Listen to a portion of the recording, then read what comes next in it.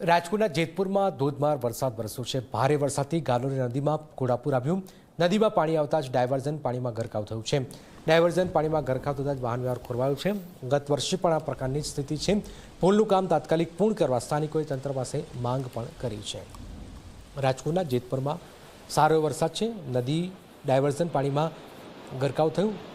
આપ જોઈ રહ્યા છો, નદી જીવંત થઈ ચૂકી છે।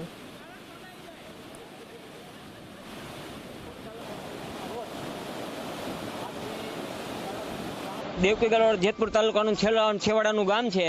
અહીંયા જેતપુર બગસરા રોડ ઉપર નવનિર્મિત જે પુલનું બાંધકામ ચાલુ છે, છેલ્લા 1.5 વર્ષ થયા તંત્રની ઘોર બેદરકારીને કારણે વિલંબમાં પડેલ છે અને અત્યારે આશરે 1 થી 3ના ગાળામાં 3.5 થી 4 ઇંચ જેવો વરસાદ પડી જતા જે પુલનું બાંધકામ છે એની બાજુમાં જે ડ્રાયવર્ઝન કાઢેલું છે તૂટી જતા વાહન વ્યવહાર ખોરવાઈ ગયેલો છે।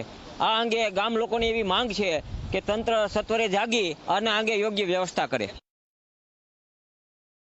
જેતપુર પંથકમાં સવારથી ધીમી ધારે વરસેલા વરસાદ બાદ બપોર બાદ છે તે ક્યાંક મેઘરાજાની ધમાકેદાર એન્ટ્રી છે તે થઈ હતી। ત્યારે જેતપુરથી બગસરા તરફ જવાનો જે મુખ્ય રોડ છે તેમાં ઉપરવાસમાં પડેલા ભારે વરસાદ તેમજ જે દેવકી ગાલોર ગામ આવેલું છે તેમાં અંદાજિત 3 થી 4 ઇંચ જેટલો જે વરસાદ વરસ્યો અને તેના જ કારણે જે ગાલોરીયો નદી છે તેમાં અત્યારે પૂર છે તે આવ્યું છે ને ગાલોરિયા નદીની અંદર જે ડાયવર્ઝન આપવામાં આવ્યું હતું તે ડાયવર્ઝન પણ અત્યારે છે તે ક્યાંક ધોવાઈ ચૂક્યું છે। આ પુલની કામગીરી છે તે છેલ્લા 1.5 થી 2 વર્ષથી ચાલતી હોવાની ગ્રામજનો દાવો છે તે ક્યાંક કરી રહ્યા છે અને આ કામગીરી ગોકળ ગતિએ ચાલતી હોવાના કારણે ગ્રામજનો તેમજ વાહન ચાલકોને પણ ભારે હાલાકી પડી છે। અત્યારે જે રીતે દ્રશ્યો છે તે પણ જોઈ શકાય છે કે ગાલોરીયો નદીની અંદર પૂર આવતા જે વાહન વ્યવહાર છે તે પણ અત્યારે ખોરવાઈ ચૂક્યો છે અને મોટી સંખ્યાની અંદર આ જે વાહનો છે તેઓના અત્યારે કતારો છે તે ક્યાંક બંને સાઈડ છે તે ક્યાંક લાગી ચૂક્યું છે। મહત્વની વાત એ છે કે જે રીતે ગોકળગાયની ગતિએ કામગીરી ચાલી રહી છે તેમના જ કારણે અહીંયાથી પસાર થતા વાહન ચાલકોને પણ ભારે હાલાકીનો સામનો છે તે ક્યાં કરવાનો વારો